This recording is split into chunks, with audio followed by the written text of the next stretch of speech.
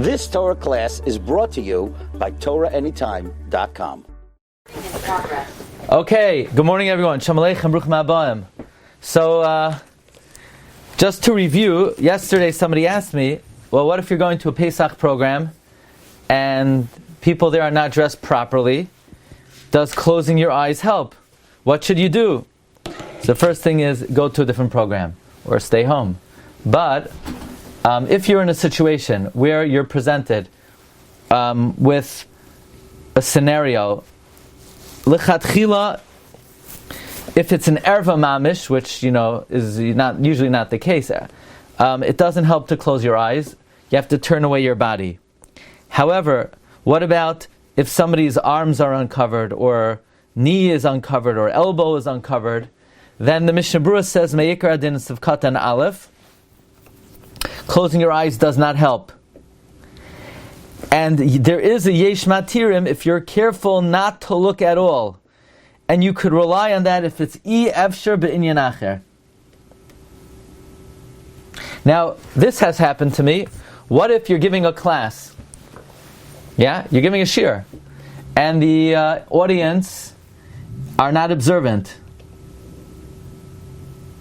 and you have people who are not shomer Torah mitzvah, and you're choishesh there is kamlayin of tefach megula be'isha.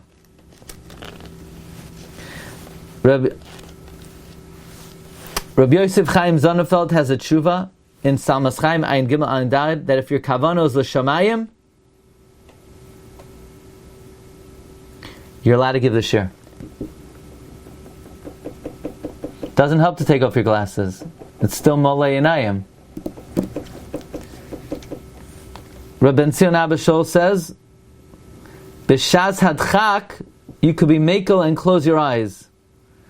But it's better to turn around your body. Now, turning around your body, that ain't going to go over well. Closing your eyes completely, also probably not going to go over well. Rabbi Yosef Chaim Zonnefeld has a interesting kula. Im kavanos l'shamayim it's mutter.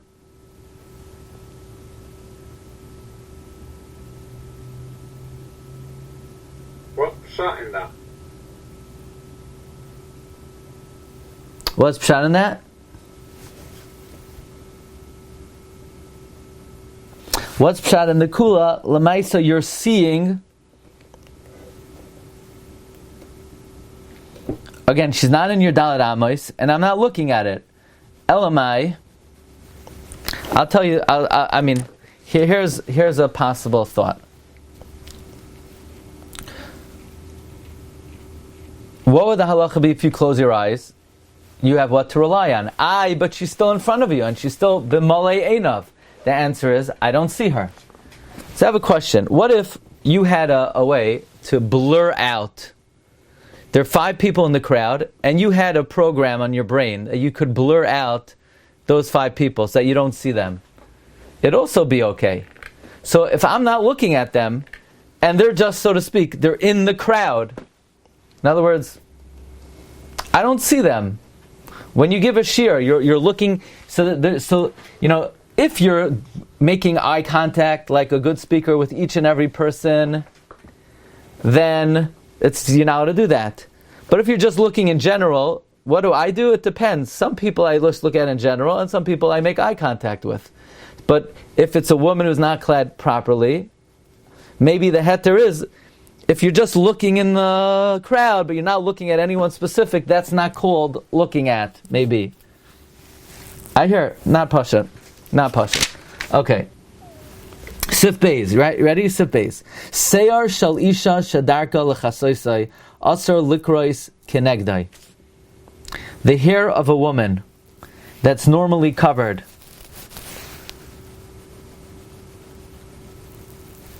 You cannot say dvarim shel kedusha opposite it. Hagav afilu ishta, even your wife. Aval besulais shadarkan leilach pruis harosh mutar. But a besula who normally goes with an uncovered hair, you are allowed to. So it's only the hair of a woman that's normally covered. So I guess that means a married woman. Says the Mishnah Berurah, Hagav hu adin hasarei shel nashim shergin latzis michutz litzimtan. the hair of women that come out of their temples. They wear, if let's say they're wearing some kind of tichel, and some of the hair on the side sort of naturally falls out, that's okay. The hair of a Gentile, even though it's normally covered, is not an erva. Says the Mishnah Berurah, shel isha, v'seir shel ish afilu shel erva hayotze derech nekav shebebigdai mutter likros kenegdai. The hair of a man, even if it's the hair of the erva, it's mutter. Aval im hakis nera have erva. But if the scrotum is apparent, then that is an erva.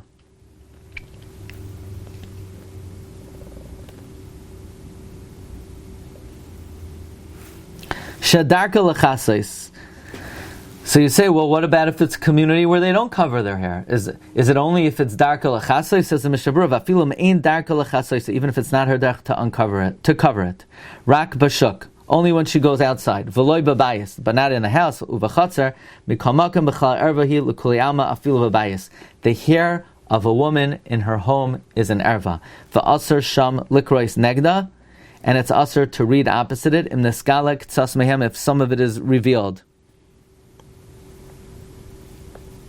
What is the shiur? The Dirshu says from the Mishnah Berurah, it's mashma, even b'mashehu. I would humbly disagree with that. How is it mashma, even b'mashehu?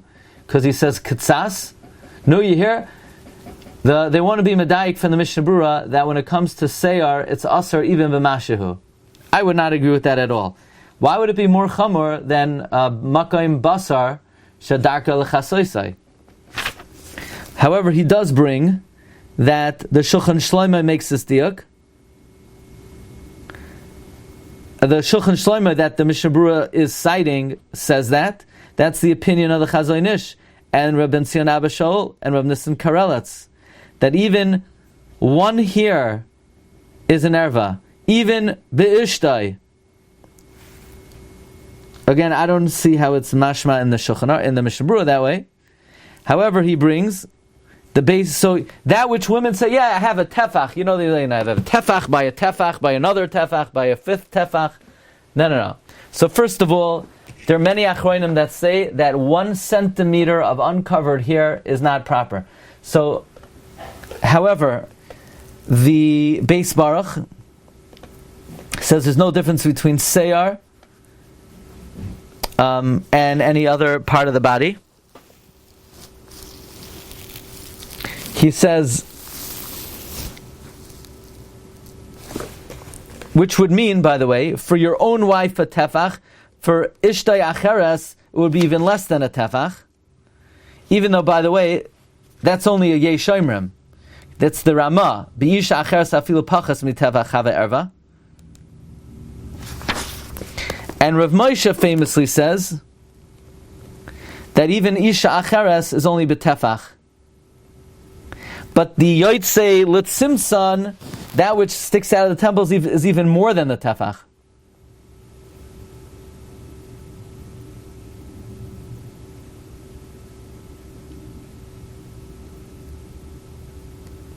Okay. So the bottom line is it's roy lahachmer, even less than a tefach. Fine. V'da'oida filu im derech ishazu v'chavroseh ba'oisemakim leilach begilei haraish b'ashuk g'derech prutzais. You should know that even if it's a derech of this woman and her friends to go with her hair uncovered, like the unabashedly immodest woman, asr, it is considered gilui erva. Chamoy le'inyan gilui shaika da asr b'chal gavni. The same way, if a woman was completely unclad, that would not say, well, that's the minhag HaMedina.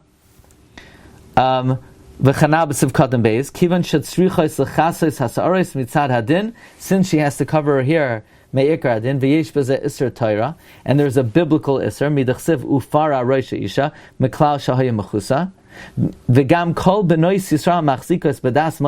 and all Jewish women that preserve the practices of Moshe and Nisharis Mizeh mi Moisa V'Seinu mi Olam Yarata from way back in the day until now. B'chlal ervahi va'asar likrois kenegdan. So what does the Mechaber mean? The seyar of a woman that's normally covered. It's coming to. What do you mean that's normally covered? And if it's not normally covered, it's not a problem. It's coming to Mamayid besulais. unmarried women. A woman's not married, she could go out with her hair uncovered, or it could go in seir hayotz michutz l'tzimtzan, or it's coming to exclude hair that comes out of the temple. That would be dependent on the custom of the place. That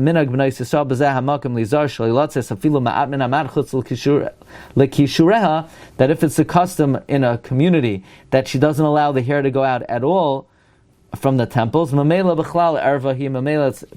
considered an erva, but also l'kros kenegdon.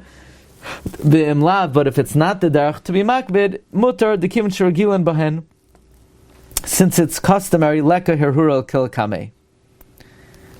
Now, really, l'chayra, if it's the derech of women who are prutzim to uncover their hair, why would they be any different than a basula?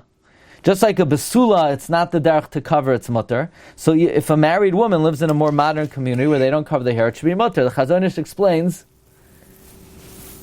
that really there's a tzad that the panav and the yadav of a woman should be covered because it's asur l'staka b'hem.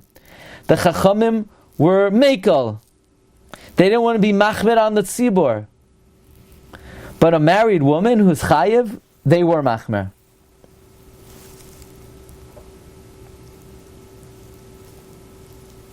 What about, says the Chazon Ish, if you're a Rav and you have to give a Musar and there are women there who are here is uncovered? And in your Musar you're going to be saying Divrei Chazal, says the Chazon Ish, it's Mutter, Eis Lasois Lashem Heiferu Tairasecha.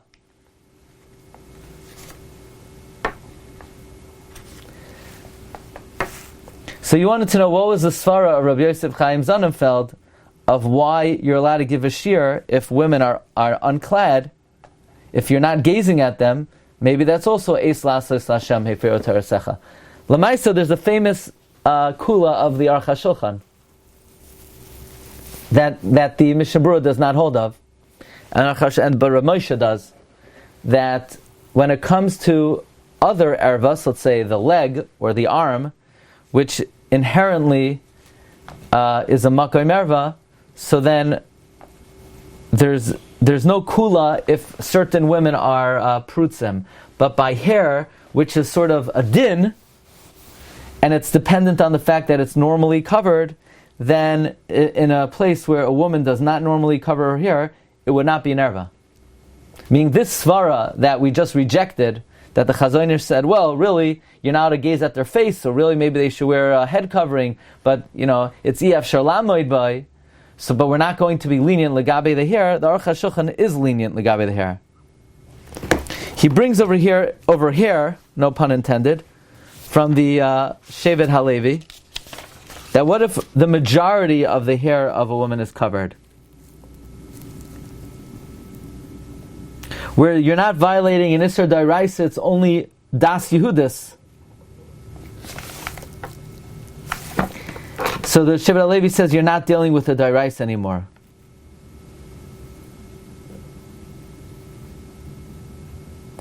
However, says the Shevet Halevi, but what if she wants to look very beautiful and her hair is draped down on her shoulders and the majority of her hair is covered?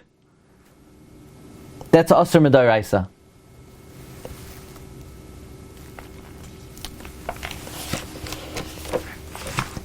I'll tell you a story after the camera's off. Okay, it's interesting. He doesn't bring down the Aruch HaShulchan in the Dirshu. L'maisa, many people are samech on the Aruch HaShulchan that the fact that many women don't cover their hair would make it that, again, she's still required to, and it's an Isser for a D'Oraisa for her not to. However, to say Divrei Torah opposite it, it would be more lenient. Fine. Weiter. Besulois. Now here's the big question. This is one of my favorite topics. Which women do not have to cover their hair? Okay, a besula doesn't have to. What about if she did erusin? In other words, does a woman have to wear a sheitel at her chasana, under the chuppah? Says in Mishnah Berurah, a woman must cover her hair under the chuppah. Besulois, ubesulois, arusais, asurais leich begilei rosh. And therefore, by my chasana, Avada, my Eshes Chayil, wore sheitel at the chasana. In fact, my Rosh Yeshiva will not be Mesader Kedushin if the woman doesn't wear a sheitel at the chasana. She's not covering her hair. She's not observing the Torah. Lamaisa Rav Moshe argues. Rav Moshe's shita is that the chiyuv to cover your hair is only after yichud. Actually, after be'ilah.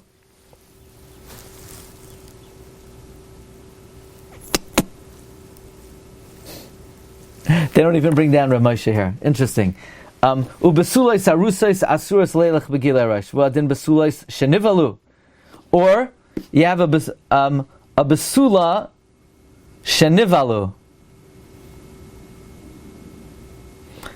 I guess that means she had relations with someone. Now she has to cover her hair. Mekamakam imzinsa. If she was mezanev, in a rosh, let's say b'tzaf al rosh kedachanashim, ein yichayim l'chayva. You can't force her. Okay. Sif katan yud beis. A besula that normally goes out covered. Ayim agin avam shekas lo yechal begilei rosh. Rak im sarisem klois v'leis sesurais. Very interesting. The Magen Avram says that even though a basula doesn't cover her hair, she cannot go out without her hair in a braided. She can't go out with her hair on her shoulders. That's why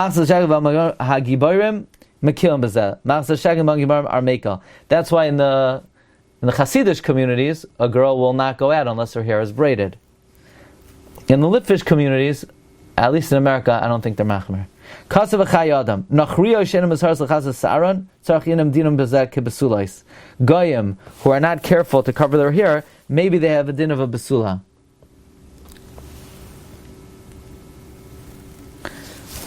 That's interesting. What do we hold about the hair of a Gentile lamaisa? Says Rav Moshe, nowadays that Goyim don't cover their hair, married Goyim's hair are not an erva.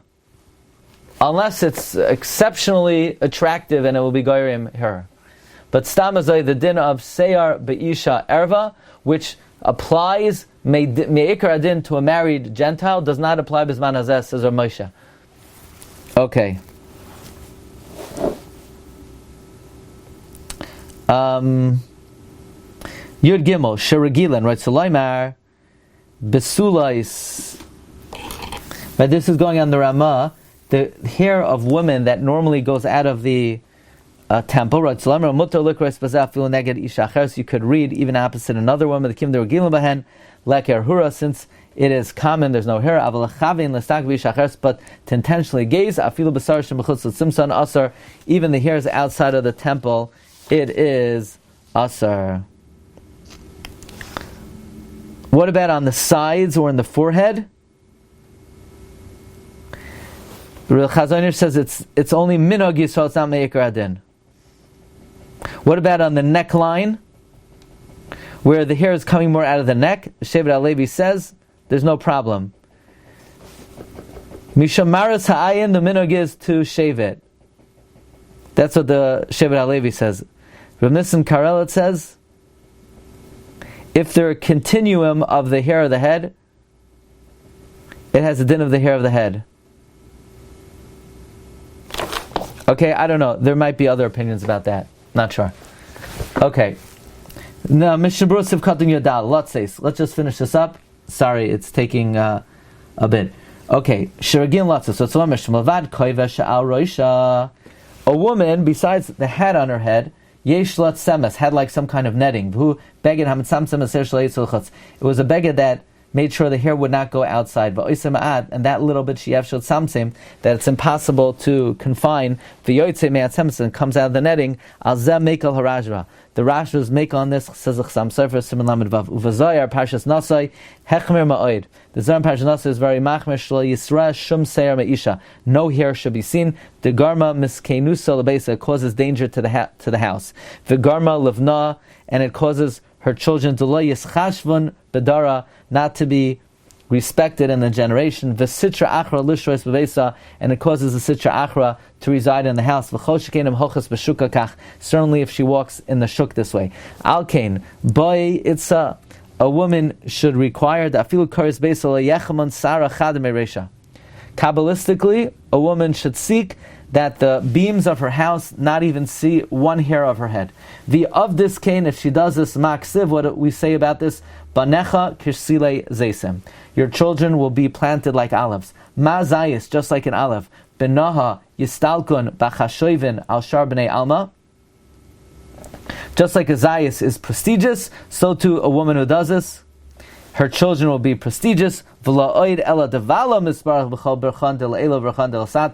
husband will be blessed with the blessings on high and below, be'usra, with wealth, bivnin, with sons, uvnevenin, and he'll be able to buy her a very expensive shetel. Fine. Ad kan l'shoinoi bekitzer. So don't think, if she's machmir, it's very expensive. No, her husband will become wealthy. Okay, I'm not endorsing very expensive sheta, I'm just pointing out. Fine. Because of Magen Avram, the Roy Linog Kazaya, the Magen Avram says it is worthy to accord oneself like the Zayar, to be careful not even to allow one hair to be seen. In Yuma, there's a famous story with Kimchis, because of her extraordinary modesty, that the beams of her house never saw the seam, the hem of her dress. So the high priest came out of her. Rabbi Isai, Yashar Koyach, have a great day. Okay? Kol Tov, everyone. Recording stopped. You've just experienced another Torah class brought to you by TorahAnytime.com.